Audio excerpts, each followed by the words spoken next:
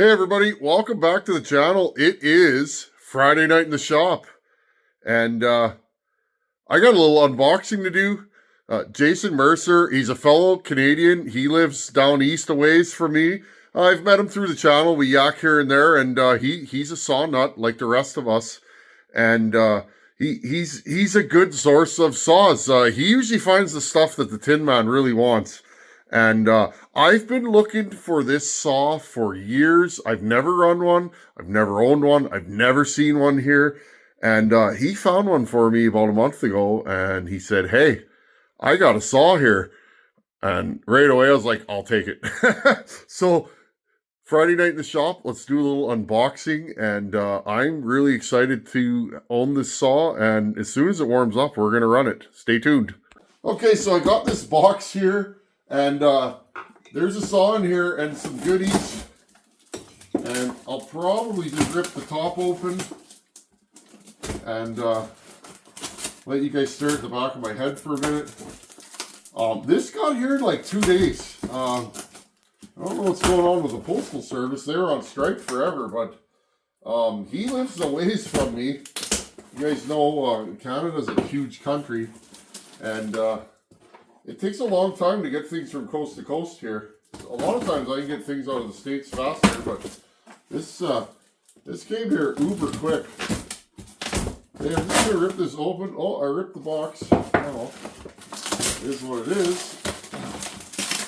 I got so many boxes in this shop.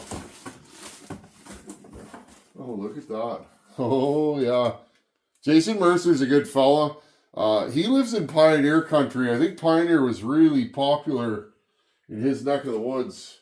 He said you could sew that onto a hat. I'm definitely going to do that.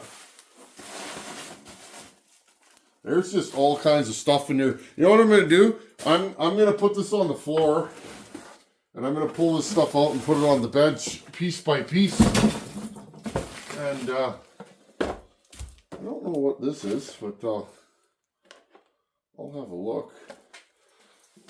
What else is in here? Oh, something here. Okay, I'll bring you guys right in, show you the odds and ends, and then we'll pull the saw out. That saw looks nice, I can already tell. Thank you, Jason. Okay, what do we got here? Farmer Tech.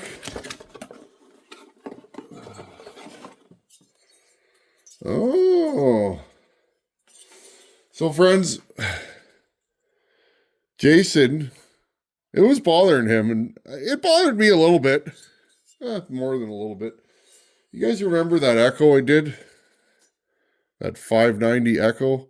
I kind of took that as a joke. My buddy Caleb sent it to me. I didn't really want to work on it, but I was like, yeah, I'll work on it. The things you do for your friends, right? And I remember I did a little port work to that saw and tried to hot rod it. That saw never ran right after I ported it. It didn't really run very good stock either, but when I ported it, it ran rich and it would never clean up. Now, we swapped ignitions, carbs. We threw money at that thing for months and months and months. I could never get it to clean up. And I called some of the finest minds in chainsawing, Donnie Walker. How's it going, Donnie? I called Donnie one night. I remember we were talking about it, and I was picking his brain because sometimes you don't know. And we couldn't nail it down. And now this was during COVID, when it was, COVID was a weird time, friends. You couldn't get parts for a lot of stuff. And I believe, let's see if I can open this up. Anyway, so long story short, I was so bothered by it. I was like, Caleb, I got to make this right. I'll go buy you a brand new 590 and just mail it back to you. And he was like, no, you're not doing that. And I was like, well, this is not, I can't let this stand. And he was like, don't worry about it. Well, I was doing the guy a solid, and I ended up with a saw that didn't run. Now that happens. But he wouldn't let me buy him a saw or anything. So, long story short, friends, we decided to put that saw on the permanent back burner. Sorry, friends, I dropped my knife here. And leave it. But I still have that saw. Now, one of the things we came to, that flywheel. The flywheel broke the timing key, friends. So I'm like, oh, I found the problem. I put a new key in it and I put the flywheel on and it ran the same. It made no sense. So I was like, maybe my flywheel has lost polarity or something's going on with it. I'm going to order a new flywheel. Well, guess what, friends? They're on back order and I couldn't get one. And that put the nail in the coffin for that project. And so, I put my tail between my legs and I put the saw in a box and it's packed away. I think I know where it is, but it's in a box packed away in pieces. And that's where it's sat for probably, 2 years now. And, I always tell you guys, I'm just a guy in my shop and I show you guys the real deal. Oh, nice. Right on. I know what that's for. Thank you, Jason. Bucking spike, homemade, but it's a direct recreation of Pioneer. But anyways, and believe me, I caught my fair share of flack for that, and maybe some of it was warranted, but I could only do what I could do, right, friends? I'm not a dealer. I couldn't get parts. I called our local dealer. I went online. I tried to order parts from the States. I just couldn't get them, so... And then Jason Mercer's like, hey, I got a junk 590. And I was like, really? And he's like, I'm going to send you parts. And here we are. So, looks like we got a good cylinder and a good flywheel. I think that's all I need. I have 2 coils. They both make spark. So, I'm going to write on this box right now. 590 Echo, and I'll put this on the shelf. And so friends, don't hold your breath, but I'll dig that Echo out down the road here coming up, and I'll see if I can put it back together, and I'll try running this flywheel on there because I thought that the flywheel was no good. I was 98% sure. That's kind of what I narrowed it down to. I ran multiple carbs on that saw. I even put a steel carb on that saw, and it didn't run any different. I put a smaller carb, a bigger carb. I got rid of the governor in the factory carb. I couldn't make that thing clean up in the cut. And those Echoes, they dump fuel if they over rev. That's just kind of the design. Now, here's the funny thing. A lot of people said it's got to be the porting. Now, it may have been the porting, but here's the funny thing is that when I ported that, I never changed the intake timing on that saw. The intake timing on the saw that I had was 162 degrees or something. Okay, really long intake timing. I never changed the intake timing. I did some transfer work and raised the exhaust roof a bit. Okay, and did some shaping of the upper transfers, and it made the saw run too rich. And I could never, ever, ever get it to clean up. So, hopefully, and if it doesn't work, well, then that's the end of that. But hopefully I can get that saw running, because that saw had moments of genius. It cut, but it just ran horribly. I changed the fuel lines. You name it, friends. I did it to that saw, and I just couldn't get it. I changed the metering lever height. I replaced the coil.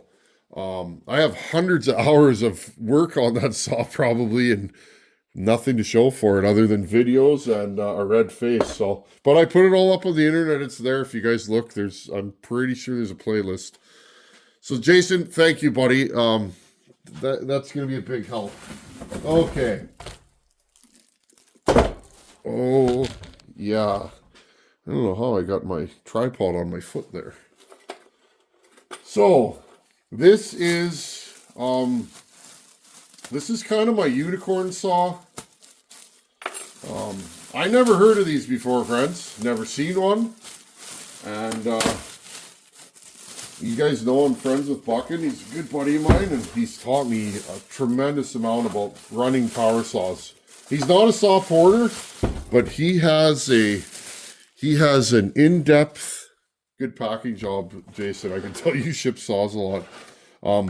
Buckin has a very in-depth knowledge of how a saw should run. He's a very smooth sawman, and I've learned a lot from him, and that has gone into my porting work because the smoother you are on a saw, you can do different things with the saw. And so anyways, Harvey built an absolutely ludicrous saw years ago, and it was one of these. It was a Pioneer P51, and that saw is nuts. Like, it's one of the finest ported power saws I've ever seen. And but if you've ever run a Harv saw, Harv brings the power. In fact, friends, I'm just gonna walk over here. This saw here, and I've told Harv this right here. This Harveyized 372. He sent this to me as a gift. I'm in his debt forever. You guys can see she's a little dirty. It's a work saw. I use this thing a lot. I put a lot of time on this saw, and this 372 is one of the best saws I've ever run. It's not the angriest saw. It's just right. It starts, idles. It's super easy to use. I never have to tune it. Like, it just runs, and it's got a lot of power. And so anyways, I really like this saw, and I'm happy to have a Harveyized power saw. But Harvey built fucking a P51, and I think at that point, the funny thing is I don't think Harvey had ever really been into one of these, because these were big in certain locations, and in others they just didn't exist. And I've never seen one of these here. This could be the only P51 in this area. And can you guys tell I'm excited? So, long story short, I've been looking for one. These are just really hard to find. I have bits and pieces of one, but never enough to put one together. And so, oh yeah, this thing's clean. Oh yeah. And Jason was good enough, the fellow that sold it to him, put a compression gauge on it, and it's got like 160, 170 PSI. And she's a nice saw. Well, since we're here, you guys want to hear this thing? Now, I don't know if I'm going to be able to start this because it's really cold in the shop. And as you guys know, you might not know, when it's real cold, because I know a lot of you guys don't live in a climate like mine. When it's real cold, you can't pull a saw over to save your life. A big saw. The small stuff, you could do it. I hope that's enough fuel. It smells a little funky in there, but she's an old saw. These Pioneers have a weird smell to them when you fire them up. Let's see. Okay, we got that. Yeah, why not? Let's go like this. Uppy downy. This is how I get the old ones going. Now, this saw's run recently, but it's dry. Jason packs a mead saw. Just putting a few drips into there, not a ton of fuel. Jason packs a mead saw, and when he packs a saw, he doesn't want it to leak, so you drain them out good, and oh.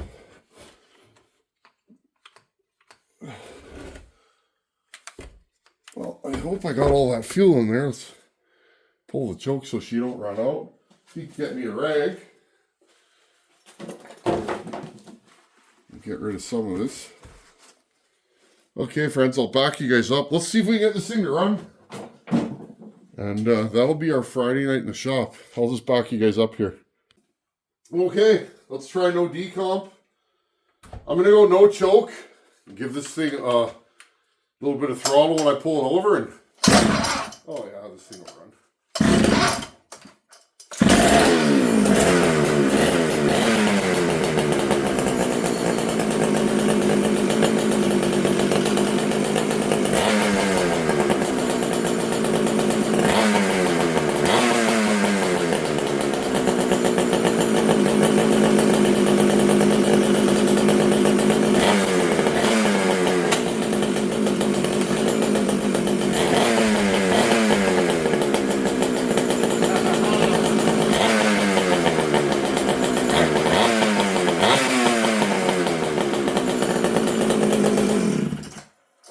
Oh, yeah.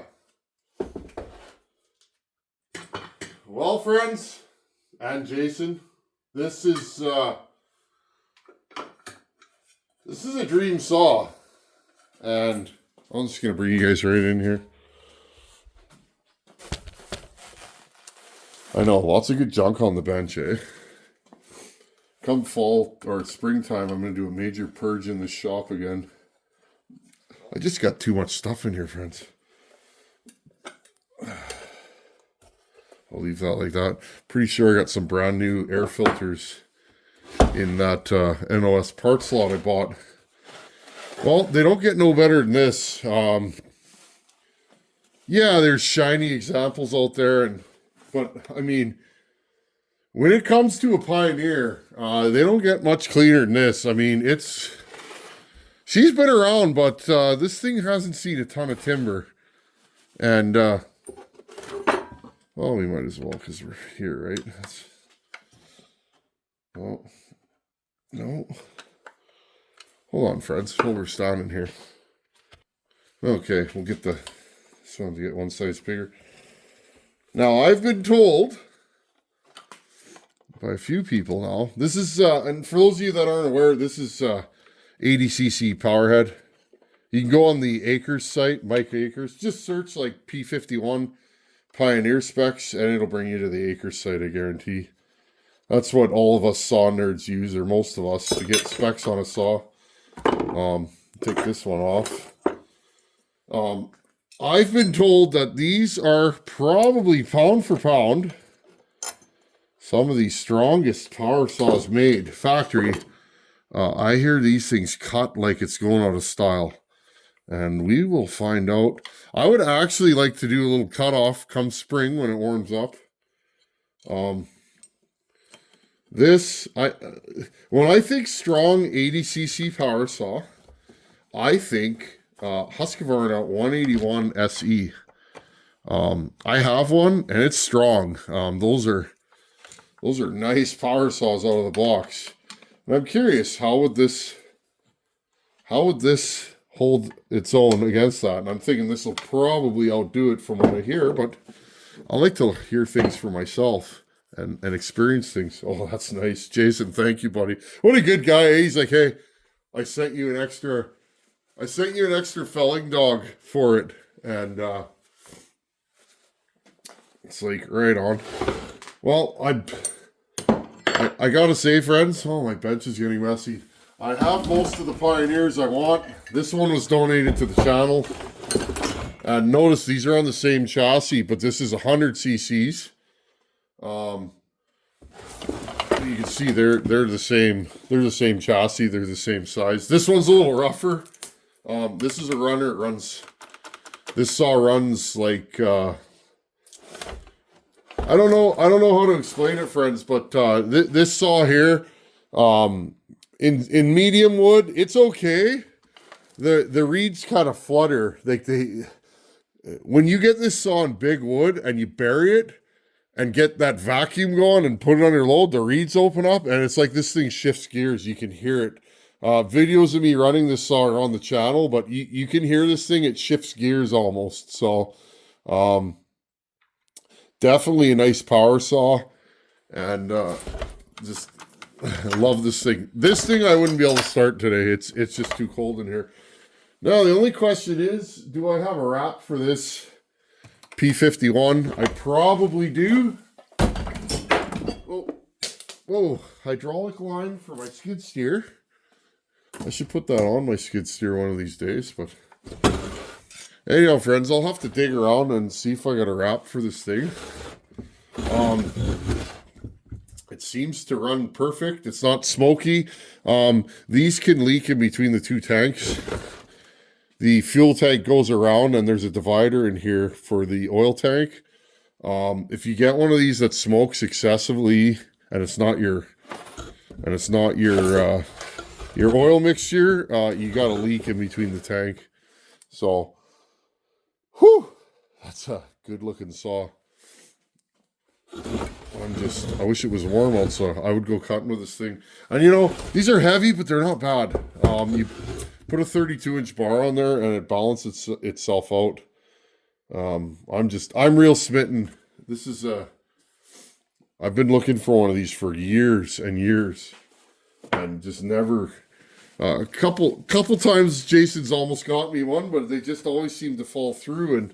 And this one just popped into my lap like right after Christmas, or popped into his lap, and he treated me real good on this. So again, Jason, thank you. You're a good friend to me and a good friend of the channel, and I appreciate you. One funny thing about Jason, friends, he is a giant man. When he's running a 100cc power saw, it looks like a 50cc. And it's always funny when he sends me videos of him running a saw. Like, I'm a big fella, but he's an extra big fella. So anyways, Jason, thank you, buddy. And I've had so many saws, friends, that a lot of times I get a new saw and it's great. I always get excited, but it's rare when I get something like this. I'm just like, I just can't believe it. Maybe we'll have to port it. Anyhow, friends, it's a good day to be me. Anyhow, folks, my toes are cold because I'm wearing Vans slip-ons. True story. Thanks for hanging out here, and I'm a happy guy. Thank you, Jason. You didn't have to offer me the saw, and you did. And you're right, it's a runner. So it's rare to get an old saw that fires up that quickly, so that's a good sign. Anyhow, thanks for watching. Take her easy, and I'll see you guys in a couple days. Later.